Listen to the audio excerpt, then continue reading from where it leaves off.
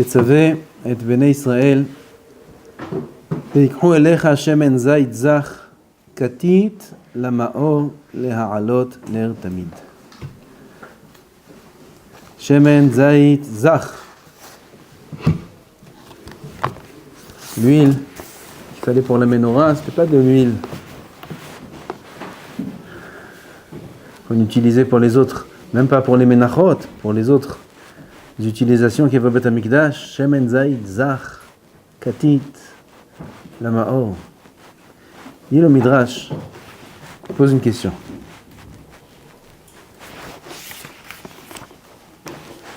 Ve'ata tetzaveh hada udichtiv Midrash Rabbah.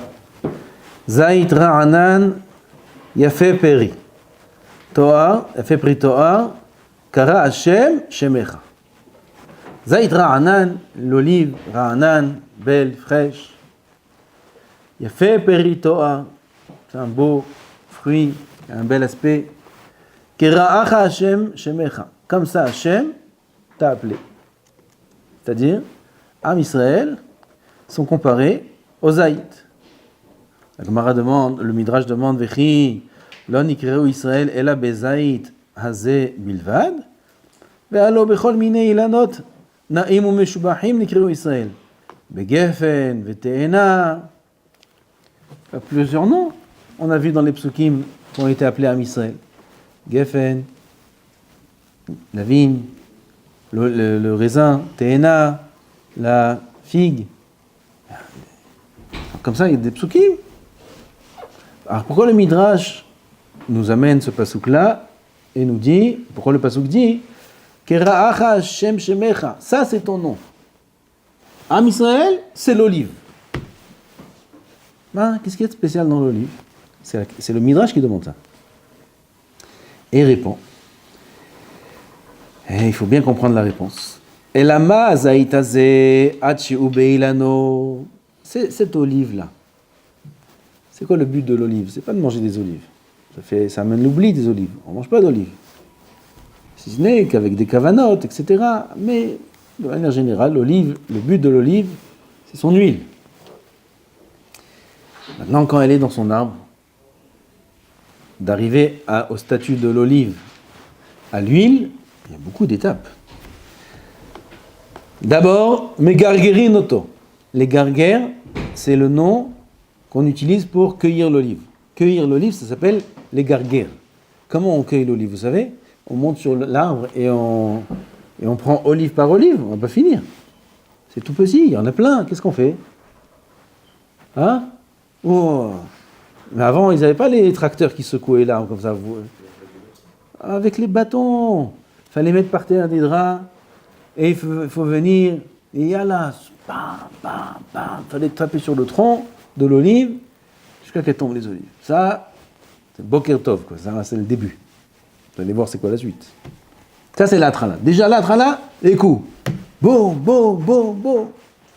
Tov. Et les olives, on ne les cueille pas comme ça gentiment dans le panier, comme les pommes, comme les... Boum, bam, par terre, bam. Comme ça. Ensuite, Hakar. Moridim oto minazait venehbat, mishehovtim oto maalim oto lagat. Ensuite, on met les olives dans le pressoir. Venotnim otam bamathen. D'abord dans le pressoir, il y a la kora tabat, ça s'appelle une grande poutre immense qui écrase comme ça toutes les olives. Ça c'est la première chose. Ensuite, les olives on les prend et on les met dans le moulin, un moulin spécial. Aujourd'hui, c'est comme ça. Aujourd'hui, c'est des machines. Il y avait un moulin. Là-bas, on broie les olives dans le moulin. On les broie. Donc, ils ont une vie pas facile, les olives. Ils ont une vie pas facile.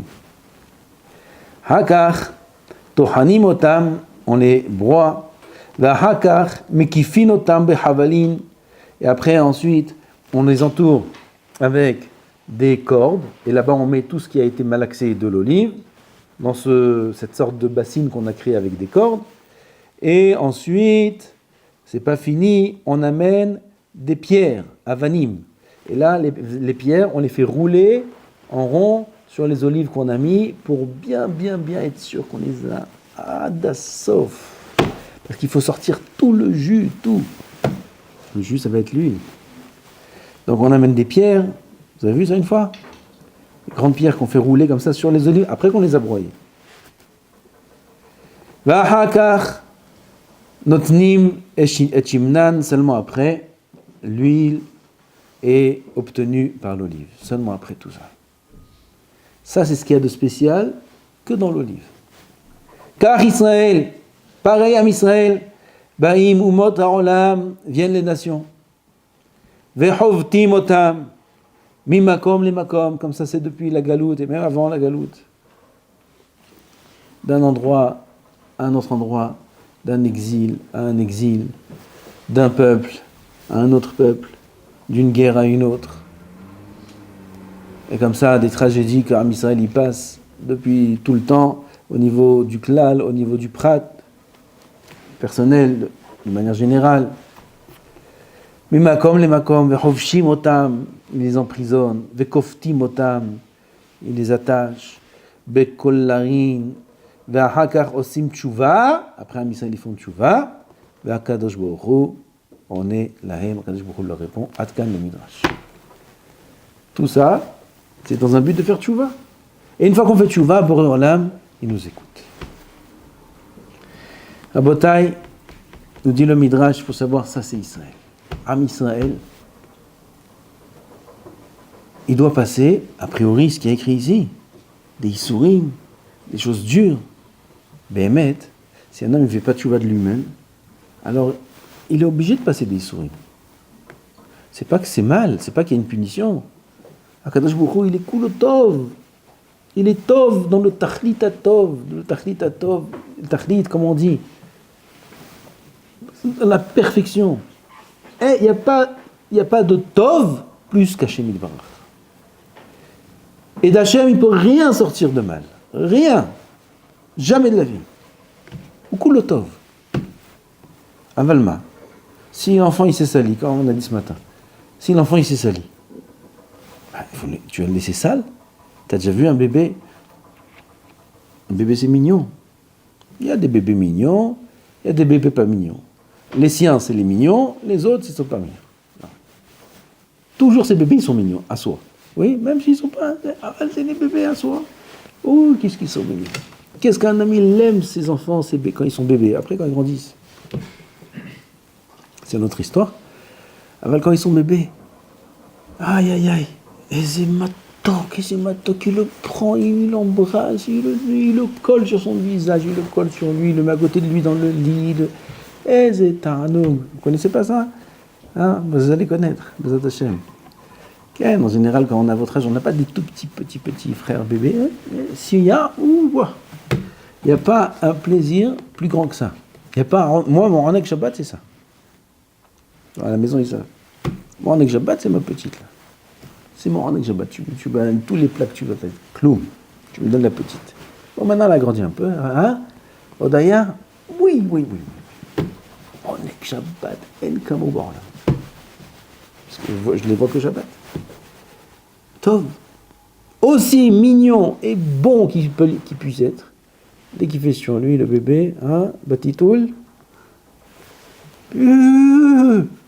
Là, tiens, prends la prendre. Le rôle. Regardez. Il y a 2 secondes, tu prenais, tu l'embrassais, tu l'as attendu. Parfois, ça arrive que quand on retrouve l'enfant, il a fait comme ça, est-ce que je le vois? Comme ça, vous me l'amenez. Amenez-le-moi. Bien. Manazé, c'est pas quelque chose qui se contrôle. Manazé. Tov. Qu'est-ce qu'il y a à manger? On est que Shabbat, ma. La main, c'est sale, ça sent mauvais. C'est agréable? C'est pas agréable. Kadosh Baruch Hu, il a créé des extrêmes. Parfois, je suis étonné même moi-même de ça. Comment en un instant on peut passer d'un extrême à l'autre? D'un extrême à l'autre. Kadosh Baruch Hu, il nous fait un grand moussard. Yehudi, c'est nefesh yekara, c'est matok midvash Yehudi. Aval s'il a des avérotes, il s'est sali. Alors qu'est-ce qu'il fait avec quand le bébé il est sale? La mère, elle le prend. Elle lui attrape les jambes comme la Akedat Yitzhak. Elle le lève comme ça. Yallah, nettoie les lingettes. Et lui, il hurle. La mère, elle le calme quand il hurle. Non, il hurle. Qu'est-ce que tu veux? Je suis en train de le nettoyer. Manazé. Qu'il hurle. En 2 secondes, il va être propre. Avec un petit peu de crème, une petite touche de parfum comme ça. Mais tout frais, tout bien. Alors pour l'instant, il hurle. C'est la maman, elle nettoie son enfant. Bon, l'âme, c'est notre papa, c'est notre maman, la shrina, c'est notre maman. On fait des avérotes. Il faut nettoyer. Bah, vous allez sentir mauvais, il dit Hachem. Si on pouvait sentir les avérotes, on pourrait même pas rester ensemble dans une pièce.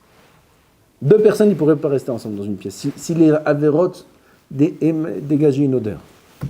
Heureusement, Hachem, il a fait du chesed, que bien que l'avéra, c'est la chose la plus tamée du monde, bah, Hachem, on ne sent pas. Notre négashmi, à notre niveau, à un niveau peut-être plus grand, on peut sentir.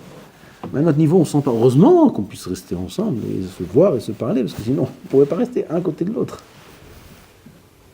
Aval Boré Olam, il sait qu'il y a des odeurs là mauvaises. Il est sale, son fils, il est sale. Il faut le nettoyer. Alors il le nettoie. C'est rare ou c'est tov? C'est tov. Il n'y a pas plus tov que ça au monde. Ah, il y a des épreuves, il y a des souris, il y a des souffrances un petit peu. L'homme, il voit un peu. Tout a l'air noir, tout a l'air flou, il ne sait pas qu'est-ce qui se passe, il ne sait pas comment ça va se passer, qu'est-ce qu'il y aura. Il est pris de panique, d'angoisse. Il y a des moments comme ça qu'on passe dans la vie. Pourquoi? Non, il faut les nettoyer. Aval, il dit ici le Rav Netivot Shalom. Ce que la Gemara dit, Tova Mardut Ahad Belibo Shel Adam Yoter Mimea Malkuyot.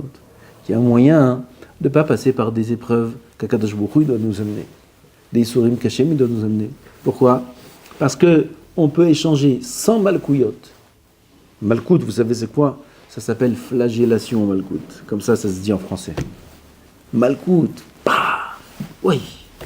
Oui, comment ça fait mal? Une Malkout. Celui qui frappe au Beddin avec la Malkout, comme ça dit la Gemara dans Makot, il frappe de toutes ses forces. C'est pas la Malkout qu'on fait rêve qui pour comme ça. C'est un coup. Avec des lanières d'âne et de chor, et des lanières en cuir. Combien? Il est écrit ici 100 Malkout. Mais on peut tout changer. Ça veut dire convertir, pas convertir, mais racheter, transformer. On n'a pas besoin de passer 100 Malkouyot. Comment? Mardut Ahad Belibo Shel Adam. Un homme, il se fait lui-même un coup. Il se fait lui-même une malcoute. Comment on se fait une malcoute? Qu'est-ce qui t'arrive? Qu'est-ce qui t'arrive? Jusqu'à quand tu vas prier comme ça? Jusqu'à quand tu vas faire bitou le Torah? Jusqu'à quand tu vas te laisser aller comme ça? Il se prend en main. Ça tient le temps que ça tient. Il s'est pris en main. Il a fait ce que 100 malkouillotes ne peuvent pas lui faire. C'est quoi tout le but des malkouillotes? C'est quoi? C'est d'arriver à ça. Alors pourquoi attendre les malkouillotes?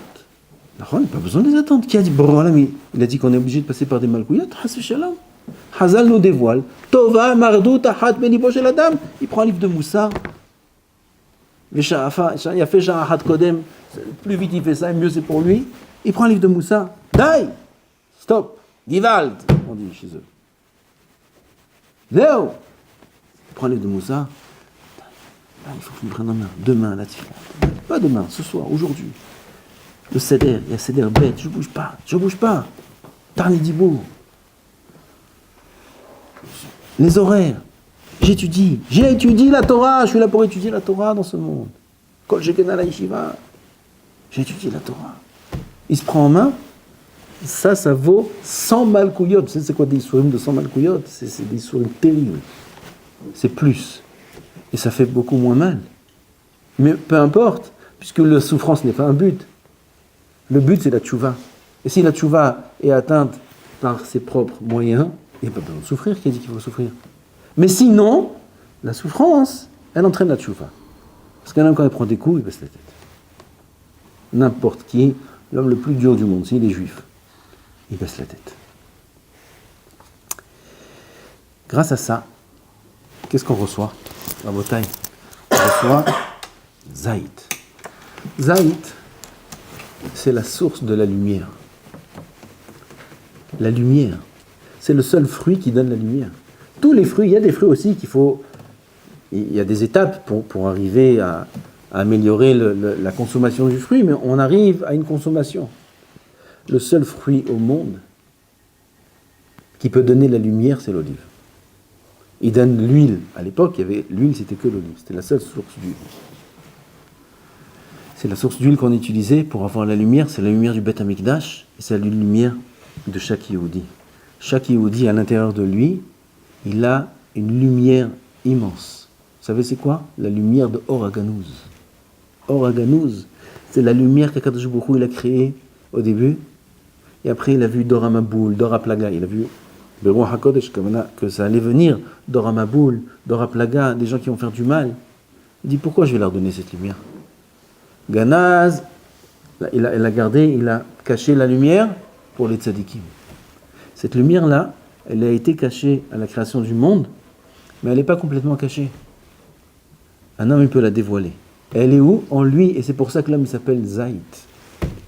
Parce que s'il arrive à se travailler, à accepter les Isurim, à se faire lui-même des Isurim, à se prendre en main, l'iktosh et atzmo, l'iktosh, se concasser lui-même, il va arriver au Shemen Zaït. Mais le tachlit du Shemen Zaït, le but de l'huile d'olive, c'est la lumière. Et cette lumière-là, c'est la lumière de sa neshama qui va commencer à découvrir. Elle va se dévoiler en lui. Seulement au début, il est avec l'écorce de l'olive.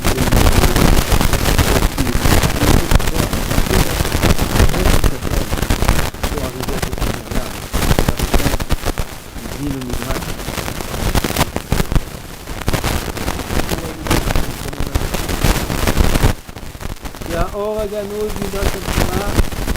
Nignaz, pour qui il a été Ganouz? Ganouz, c'est celui qui est Ganouz, comment on dit Ganouz? Bien. Hein? Ganouz, c'est mettre dans un trésor. Encoffré. Encoffré? Il a été encoffré. Encoffré comme ça. Oh! C'est l'Amalek. L'Amalek, la Torah chez Bé'al-Pé. Quelle Torah? חומש, רש"י, עמלי תורה שבעל פה. המשנה, כתוב בגמרא. quoi? שעמלה קשה מאוד. très dur לעמל התורה. très dur. עמל התורה, le limud à Torah, pour l'homme, pour la femme, celles qui vont entraîner, les hommes à étudier la Torah.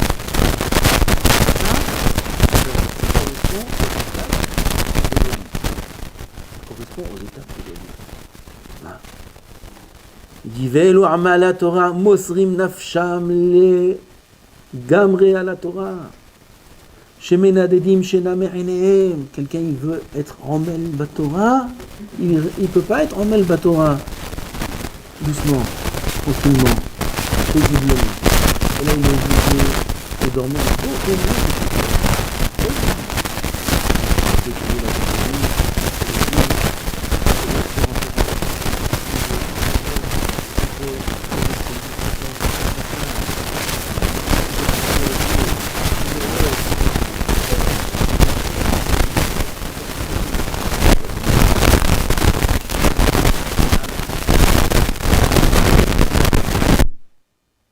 Il y a le Zohar HaKadosh.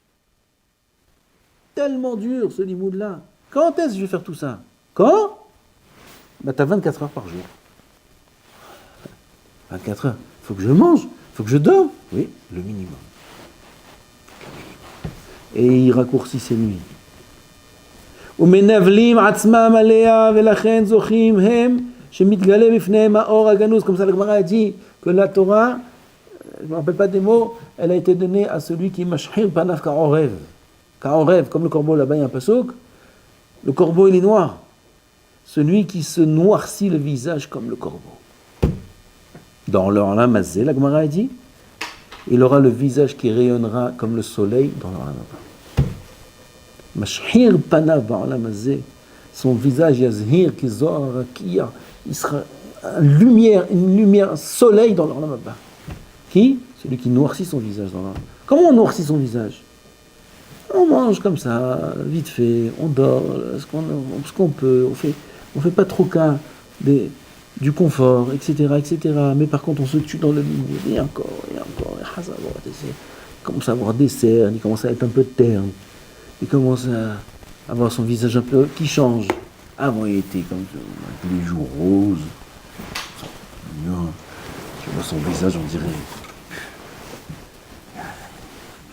Putain, depuis qu'il a Yeshiva, c'est devenu Tamil Chacham, comme ça un petit peu terne.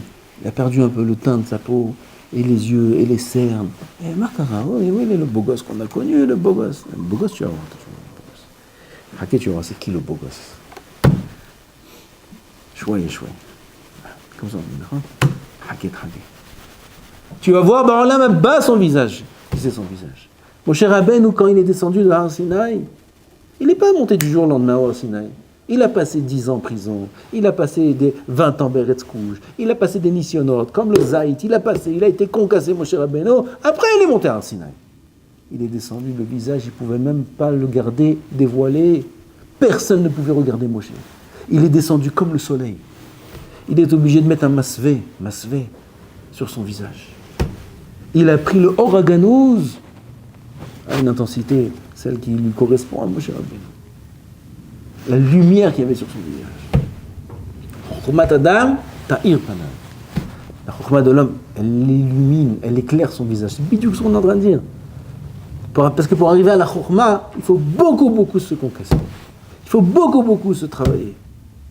Tous les gdolim, tous les tzadikim, ils se sont tués dans la Torah. Zot ha-Torah, Adam, ki yamut be'ohel. En ha-Torah mitkayemet ela b'mi shememit atzmo alea. Sinon, il n'y a pas de Torah, tishkar. Il n'y a pas de Torah. Tu peux t'inscrire à la yeshiva dans les papiers. Chazak ou baruch, mais en Torah. Ela b'mi shememit atzmo alea. Que uniquement pour celui qui se tue pour elle. Tous les tzadikim, de toutes les générations, ils se sont tués pour la Torah. Ils sont devenus ce qu'ils sont devenus. Et Béhémet, c'est ça, Chokhmat Hashem, Chokhmat Adam Ta'ir Panav, la Chokhmat de l'homme, parce qu'il s'est tué pour la Torah, elle va éclairer son visage. Parce qu'il va arriver au Or HaGanouz. C'est pour ça qu'il s'appelle l'olive. Parce que quand la concasse, elle donne la lumière, c'est le seul fruit qui donne la lumière. La Khan Rajboukhi dit, vous êtes appelé l'olive, c'est vous l'olive. Sachez que c'est ça notre essence, notre mahout de Am Yisraël. Et il dit ici le Rav que grâce à ça, on peut comprendre aussi un autre point très important. On arrive à Purim. Bientôt Purim. Purim, c'est la guerre avec Amalek. Aman, c'est le descendant de Amalek, du fils de Amalek. Et toute la guerre avec Amalek, qu'est-ce que c'est Amalek? De la même façon qu'il a fait le Or HaGanouz, la lumière par excellence, c'est loin d'être notre lumière à nous, oui, c'est une lumière qu'on ne peut pas comprendre, c'est une lumière qui est spirituelle, qui est extrêmement grande, spéciale, intense. Cette lumière, on peut la découvrir un petit peu chez nous quand il y a de la Gdusha, on peut la voir chez les grands tzadikim qui ont Ruach HaKodesh. Un petit peu, ça c'est toutes petites des miettes. Alors, la lumière elle-même, elle est immense. Pareil, Akadosh Baruch Hu, il a créé une obscurité immense. Un noir total, absolu, qui s'appelle Amalek. Amalek, en akise shalem achimahe zecho shel Amalek. Shemo shel Amalek. Ki yad al kes yah milhama l'Adonai ba'Amalek. Yad al kes yudke. Yudke. Efo vavke?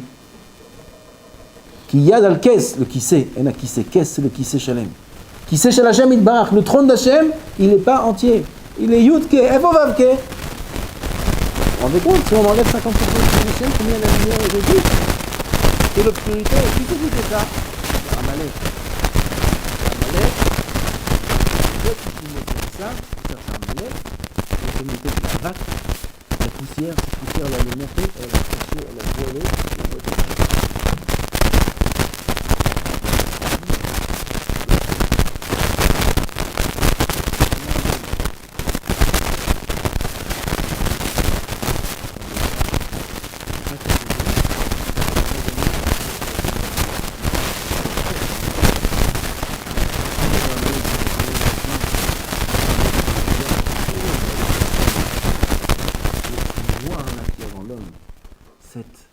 obscurité qui fait écran à tout ce qu'il y a de Rouhani, à l'amour d'Hachem, à l'aïrat Hachem, à l'amour de la Torah, à l'amour de la Tfila.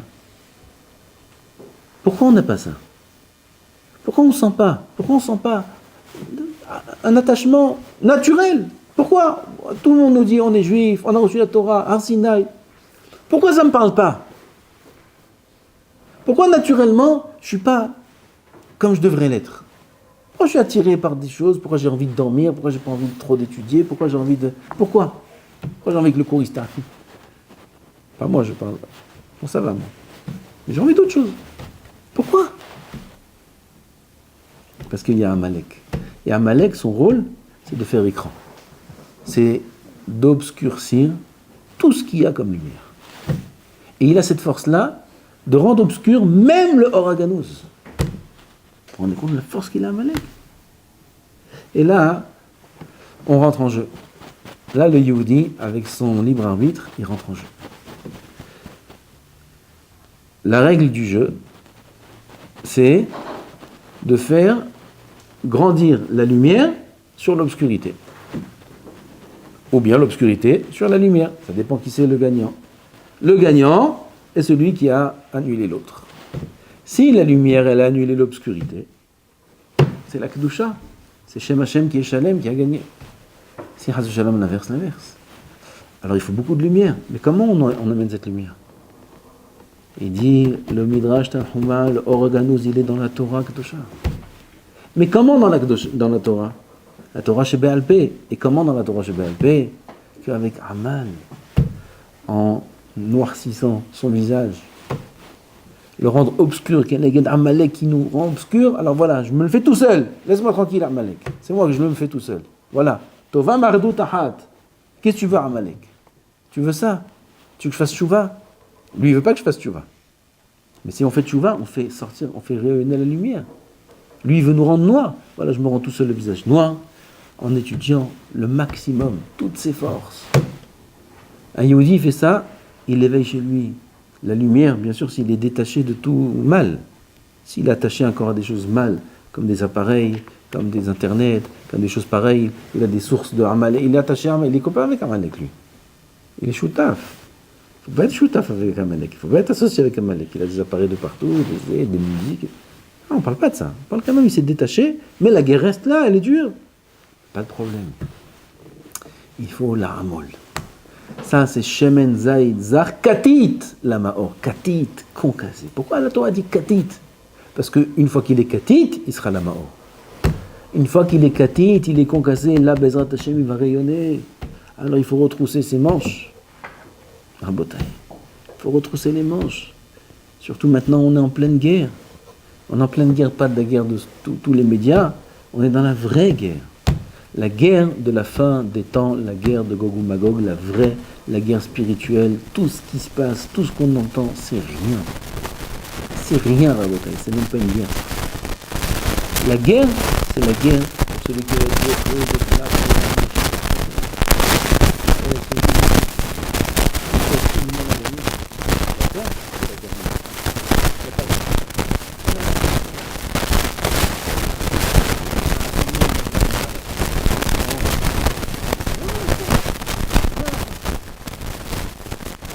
notre génération,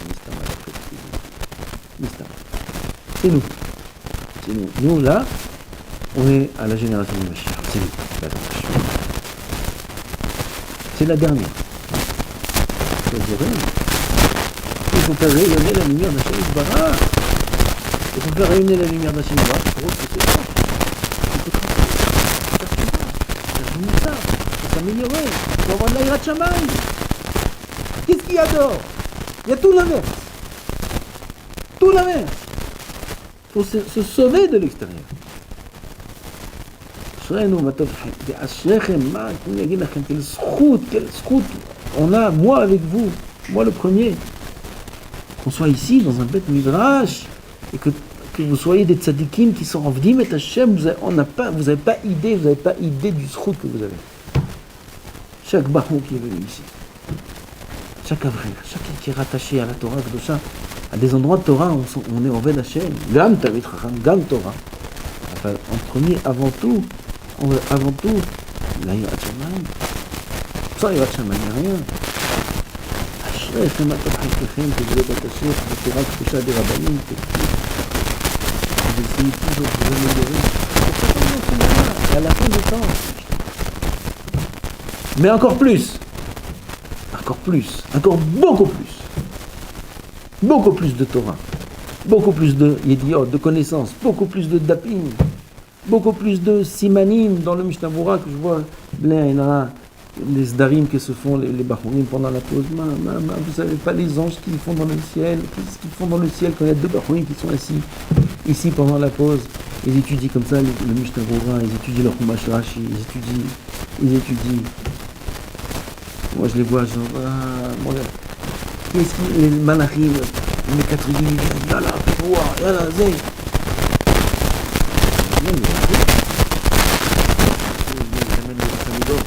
Qu'est-ce que t'as à dire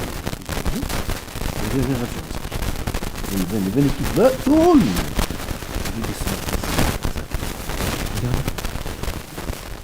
C'est d'où il vient? Il vient de Paris. Il vient de Marseille. C'est quoi Paris? Qu'est-ce que c'est? Ils sont là-bas à la maison.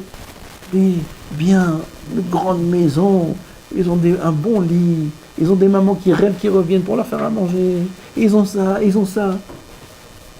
Et ils sont là, la journée, la nuit avec la souris.